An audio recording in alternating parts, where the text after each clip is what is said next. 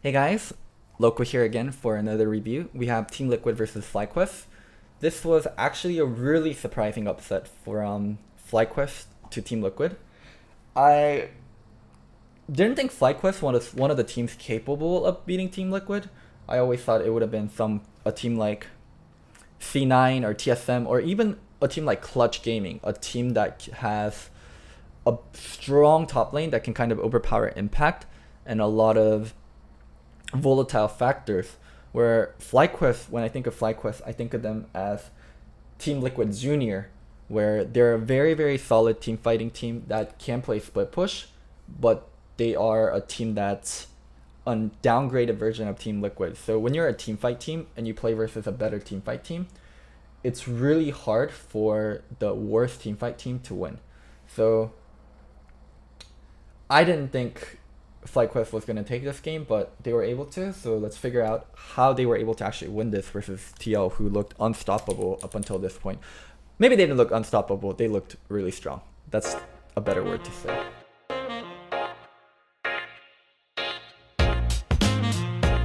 So it looks like TL is showing a lot of respect toward FlyQuest and some of the picks they picked up. Winson, Nocturne, Jinx. Centauran has been very great on Nocturne. Turtle has been very great on Jinx. He's actually the person that started the Jinx Renaissance in NA. And historically, he's been a great Jinx player too. And FlyQuest banning out. Okay, actually, I'll talk about. So I was able to interview Pobelter after, so I'll go through pick and ban and what FlyQuest was doing on their first rotations. So let's let it finish to the first three picks, and then I'll talk about it. Okay, so we can talk about the first rotation. So there's three mid picks that are extremely strong right now in the meta.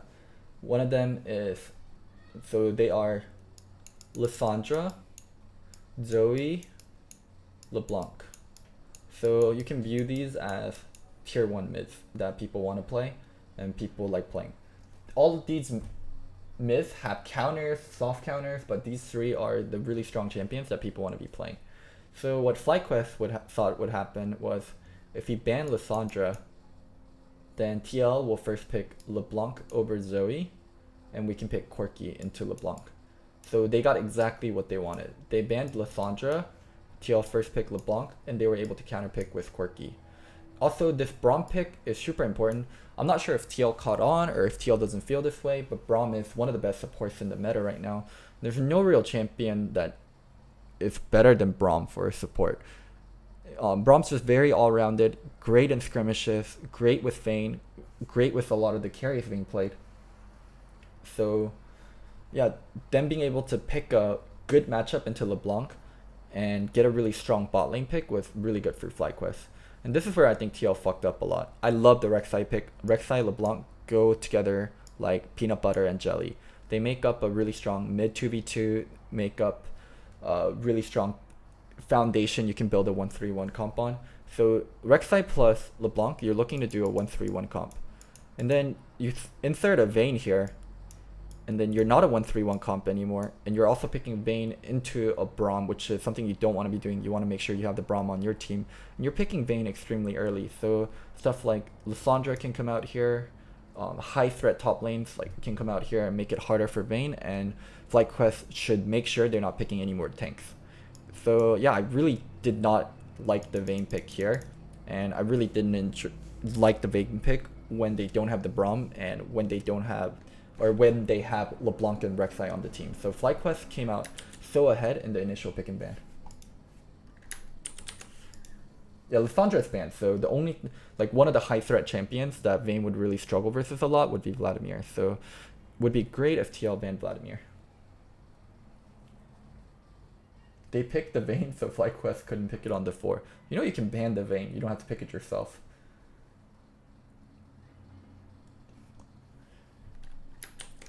So Vladimir ban here I really like. Vladimir is a high threat champion that can be played into Vayne. Tomkench, Thresh, these are all good champions. Thresh, because Thresh plus Rek'Sai is a way that you can play out the Vayne lane.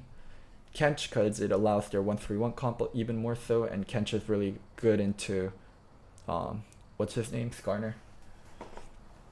Israel.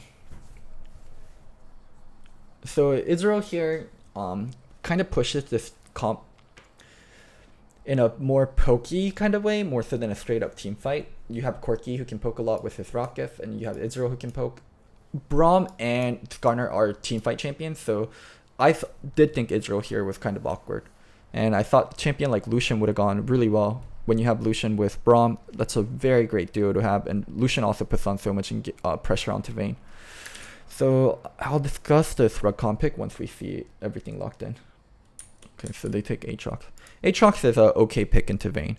Aatrox is a champ that can get kited out by Vayne, that can get knocked back by Vayne, so not the greatest into Vayne, but this also isn't the greatest Vayne comp. So I think one rule that TL has when they're doing their draft is we need to make sure we have one form of primary engage. By primary engage, I mean something that can engage when they want to, and engage. So this is what makes your engager good. The more you have of this, the better your engage is. The longer range it is, the more guaranteed it is, the better it is. So recon engage can be a very long engage because you can do R, E, flash, W as an engage. That's a very long engage, and it's also a very fast and a very guaranteed engage. So recon can function as a primary engager, and I think that's why TL picked it, because they felt like they needed to engage in their comp. But I didn't like the pick here that much. And Kennen sends this comp more so in a 1-3-1 direction. Kennen, LeBlanc, Rek'Sai, these are 1-3-1 champion, where Rakan and Vayne are teamfight champions. So I feel like the bot lane and the solo lane and jungles overall aren't working really well cohesively in the TL draft. Like this draft, I look at it and it's a Frankenstein of a draft. Same thing for FlyQuest. Their draft is also a bit Frankenstein-y, but they do have a clear win condition, and this is a very good teamfight comp. Braum, great teamfight champion. Corky, great teamfight champion. Aatrox, okay teamfight champion. Skarner, okay. Israel, okay. But they all function well in a teamfight. Where, other hand, for TL, LeBlanc, not the greatest in teamfight. Rek'Sai, okay in teamfight. Kennen, also good to okay in teamfight. It's just their comp is a little bit murky on what they want to be doing. Would Ollie be here? Would Ollie be better here compared to Rakan? Then if you're talking about All-Star or you're trying to fix the Rakan pick, you're putting the cart before the horse. I think the pick they have to fix is the Vayne. Like the Vayne pick is what makes this comp very, very disjointed. Vayne wants to team fight. Vayne wants to hit front line. Rek'Sai and LeBlanc wants to flank and force 1-3-1s and small skirmishes. I think Vayne is what really made Team Liquid's comp so Frankenstein-y. But Vayne on fly comp is way better than Israel, no? I think Lucian here was really good for FlyQuest. Lucian Braum, very good 2v2. Lucian into Vayne, also very good. NA should play more Kalista. It's busted right now. I do think Kalista is really good right now, but she's a champion that requires a lot of teamwork and a lot of setup. I'm not sure if that's the best for NA. You feel me?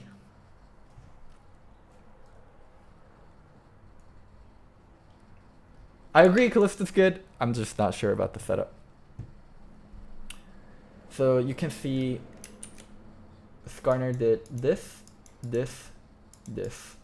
and then this. So this is where Lucas is going to make his mistake. So Skarner's going for Wraith here, right? He can't go for Wraith. He has to do red first. It was so important that he does red first, because, yeah, he can get invaded on like this. So he didn't do his red first. He got invaded on. So he's going to need to back away from his red. And this is where the mind game really plays out. So Skarner's like, okay, I got my red stolen. What can I do? Can I go do double golems? If I try to go do double golems because of Rek'Sai and its tremor sense, it makes it really hard. Because of tremor sense, it makes it really hard to do double golems. He can get caught out and he can get killed. So he's gonna go do enemy Wraith because he's expecting Rek'Sai to go either do blue or Rek'Sai to go do double golems. But watch what Xmithty does here. Brilliant fucking read. He's like, okay, so I took his red. Now he's going to go to my Wraith. And he read that Centaurn was going to go to his Wraith. And he kills Centaurn for first blood. Just so, like, such smart pathing from Xmithty But this happened because Centaurian made a mistake in not going for his red first. God, but Xmithy is just a god tier jungler. This read was so good. Now you can see Centaurian completely fucked in jungle compared to Xmithy. He doesn't have his upgraded smite, but he has his predator boost, where compared to Xmithy, he's already got his upgraded smart and Caulfield hammer. If Centaurian even sees Xmithy, like, he has to run away. Like, Xmithy is just so much stronger right now. Ooh, this wraparound. Not able to kill anyone, but able to burn flash, maintain their priority on lane. All the jungle camps are dead, nothing for Xmithy to do. So getting a gank on this timing is really nice. Centaurian on top side of the map because of double golem. Xmithy able to take his blue. Just Xmithy is... he's just styling on Centaurian early game. This is jungle difference, boys. Like, when you play Rek'Sai, and you can get this kind of early game lead, or also, even if you don't get this kind of early game lead, if you can force dives or kills, I think it makes up for a lot of the Rek'Sai weakness. Centaurian has to be so scared. He has to be so scared. Like, at that point, Centaurian got his back off and he hit level 6, so maybe he doesn't have to be so scared, but Corki wasn't there, so he has to be so scared. Now, Centaurian recovered a decent amount. He's even up in CS, and he's got his Predator. But the bad thing about early game was... Oh shit, Turtle did steal the crap. What the fuck? I didn't even see that. Turtle and Blind Steals name a more iconic duo. So, even though Centaurian caught up a lot on the Rek'Sai, but the bad thing was he had to give up a lot of tempo and a lot of early game aggression, and Rek'Sai had pretty much free reign of getting to do whatever the fuck he wanted to do early game, where Centaurian just had to farm away to catch up. Killstreaker567, thank you for the Twitch Prime sub. Now that Xmithy is level 6, and Jensen can start getting prio on mid lane, we're going to see the map kind of open up for TL, and they're going to look for dives, they're going to look for early dragons. This is what TL wants to be doing. They want to put pressure on FlyQuest, and they want to make FlyQuest uncomfortable. So, unfortunately, Jensen backed on a ward. Jensen thought he wasn't on a ward, so Centaurian starting the dragon right away. But FlyQuest, or not FlyQuest, TL responding nicely. They ended up giving up Scuttle, but not giving up Dragon. Core JJ going for engage there, knock up on JJ, and then Xmithy tagged him with a Q and then finishing off with ultimate. Now gonna be able to put FlyQuest in even more of an uncomfortable situation here. Oh damn, able to kill Skarner. Able to kill Israel, fucking 3 kills for nothing. Oh man, this is so bad. This puts Vayne in such a nice place.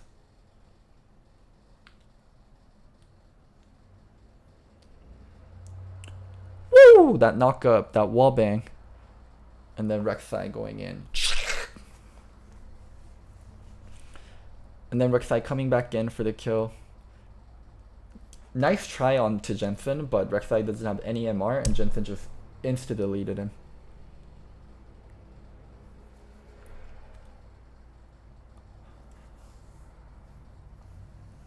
Yeah, Blade of the Ring King complete on Double Lift. Luden completed on Jensen. Then I think TL's next objective is going to be either Herald or getting first turret bottom. Once they have that done, they're just going to rotate around the map. And they're going to start taking turrets on FlyQuest. Wow, I'm so surprised FlyQuest won this game. I didn't realize early game was this bad for FlyQuest. So they're down 2 turrets.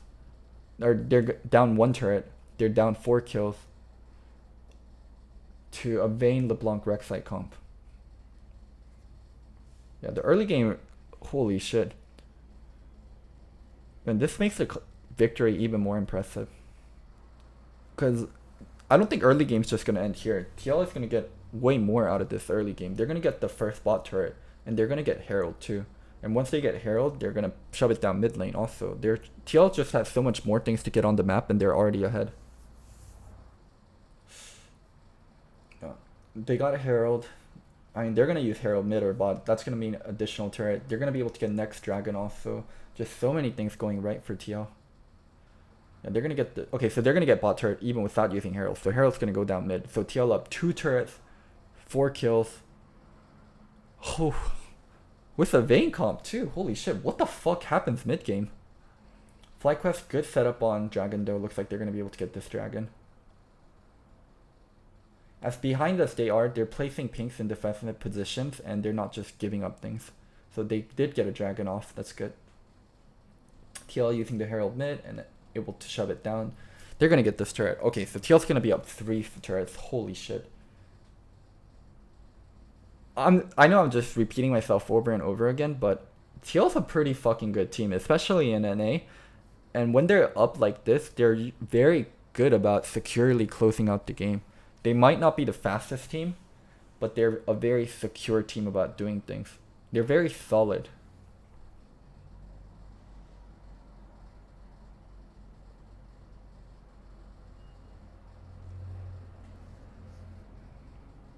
Oh, they gave up mid turret for that.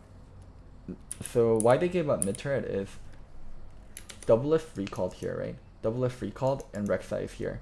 So they only have 1 person in mid lane because they invested 2 people to bot, 1 person back in base. So they gave up mid turret for free for Doublelift Rageblade buy. When Doublelift was going for his Rageblade buy, they needed someone to cover or they needed to push out the way before going for that buy. Does Fly know when he's going to buy Rageblade? Did he back in Vision? No, they probably just pushed up the wave and they were like, wait, what the fuck? Bane's not here and Rek'Sai's bottom. We can get this mid turret.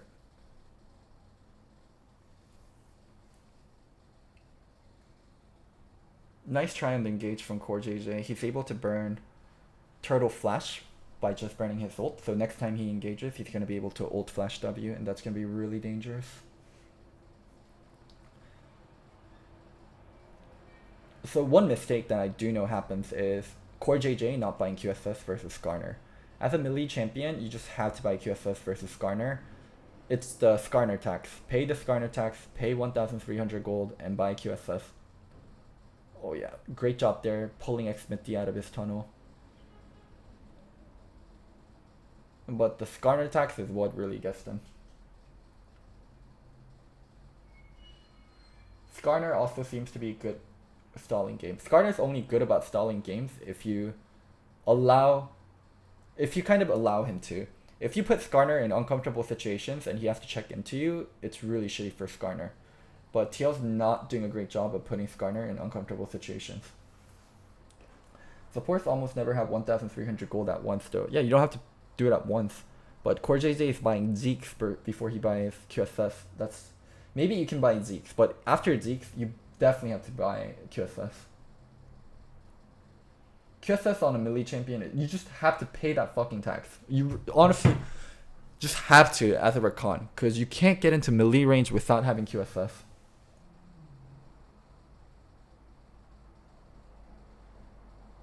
Yeah, and Impact also can't split push versus Aatrox. So they're running into 2 walls here. Okay, they were able to kill Skarner there. That's great. But they were running into 2 walls there. The 2 walls they were running into was, we can't open up the game. And the other wall they were running into is Impact can't beat Viper in a side lane. So those were the 2 walls they were kind of running into. But they were able to open up the game a little on mid side. Looks like they're going to be able to get a turret here on top of it.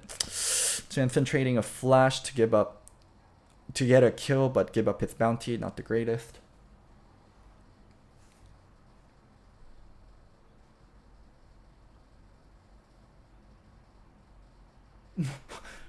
The Skarner's like fucking walking there trying to get a he was trying to get a to pull, but double, and Core JJ did a really great job of being able to actually dodge out. Boo! That crit. Fucking 600 damage crit to the face. Oh, Core JJ getting caught here, yeah. So it's 28 minutes and he's going for a Zeke, so maybe you can't even go for a Zeke. You have to pay at QSS first. But this is what I mean though. You have to pay the Skarner tax. You have to pay the Skarner tax. Woo! Xmithy dives off to a side. Not able to smite. Okay, okay. Damn, that mid lane fight was actually problematic for TL, where they traded 3 for 3. It was just delaying the game. and they weren't buying QSS, so it made it so hard for Core JJ and Xmithy to play for Vision. If they don't have QSS, then jungle and support can't walk up and they can't play for Vision. And when you don't have Vision, then you have to end up checking into Skarner, and you check into Skarner as a Rakan, and then you're gonna get fucking Skarner ulted. Get over here! I mean, people are saying Vayne played awful there. I don't think Doublelift played it particularly bad. I think TL's just left in a really shitty spot because they're left contesting for Vision without QSS on a squishy support that's melee range.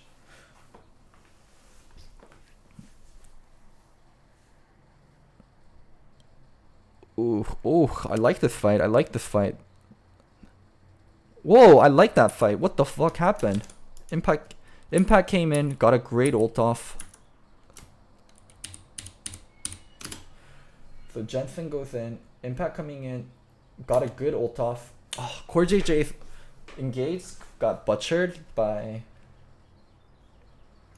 Pobelter used stopwatch, and it's fucking Core JJ's engaged right now. He used flash art to get in there, but because Pobelter used stopwatch, he actually can't do anything.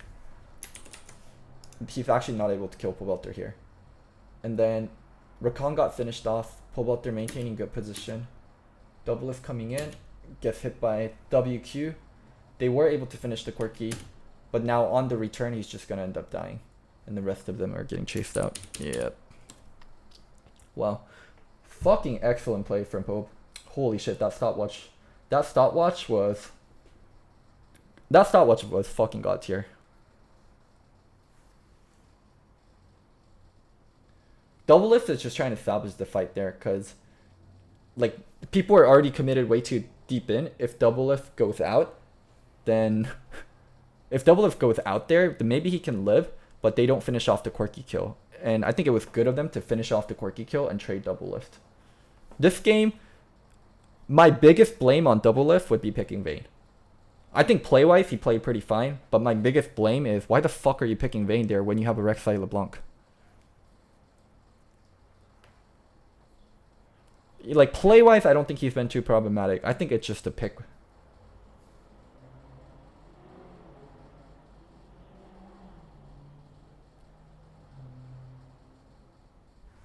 So now, the game's gonna come down to Baron and Elder. Let's see who sets up for it better. It's gonna come down to 5v5s, and when it's gonna coming down to 5v5s, now FlyQuest is at a point where they outscaled TL so much. This quirky is gonna be impossible to deal with. The Skarner is unkillable, and Core JJ still hasn't paid the QSS tax.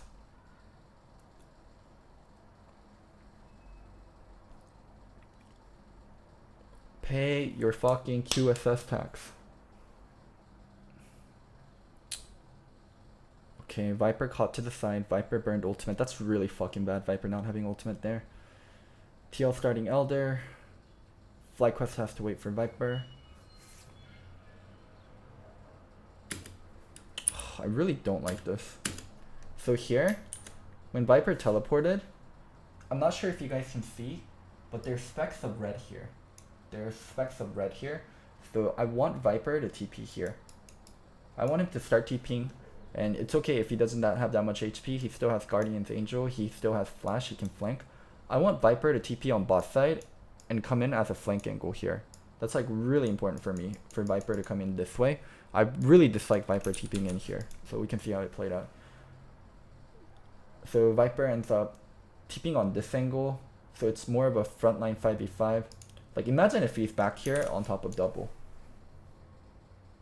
Like this TP changes the game. Like him being top of double here. I wish he TP'd on the back line.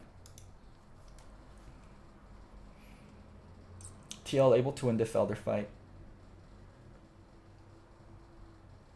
Viper getting caught out initially was bad, and him not taking the TP to flank was really bad. Those minions are kind of far now. Completely fine. He's TPing early and he can walk and he can threaten from that angle. It completely fine to come in from there, trust. And then now starting Elder. So this is where people gave them a lot of shit. Impact no ult. That's not really I think the problem here is starting Baron. Just starting Baron, yeah. Not the play itself, but starting Baron, because they should be zoning off this choke. And like LeBlanc and people should be like going in on top of Turtle, threatening Turtle, stuff like that. This kind of like straight on 5v5, like fist versus fist fight is something really good for TL. Or not for TL, excuse me, for FlyQuest. Yeah, them just giving this 5v5. Impact no ult. Ugh, this is so miserable. And then people are just gonna get cleaned up after. Yeah, does the game end off of this? Cannon dead, Vayne dead, no Baron. Yeah, I think the game does end off of this. They only have one turret. Oh man, bad decision making from TL near Elder, but more so than that, I blame the Vayne pick so much more. That Vayne pick, man. That Vayne pick. Even though TL lost, they're still guaranteed first, and really good to see FlyQuest be able to recover from stuff like this. Did TL make a mistake? Yes, but if TL makes this mistake versus other teams, they're still usually able to close out. FlyQuest did a great job of putting pressure on TL, and they did a great job of putting pressure on TL and taking advantage of the mistakes that were made. What about the Skarner? I mean, yeah, there's a lot of small mistakes, like Core JJ not paying the Skarner attacks, how they took some of the fights. But biggest thing was them picking Vayne and not having a cohesive comp.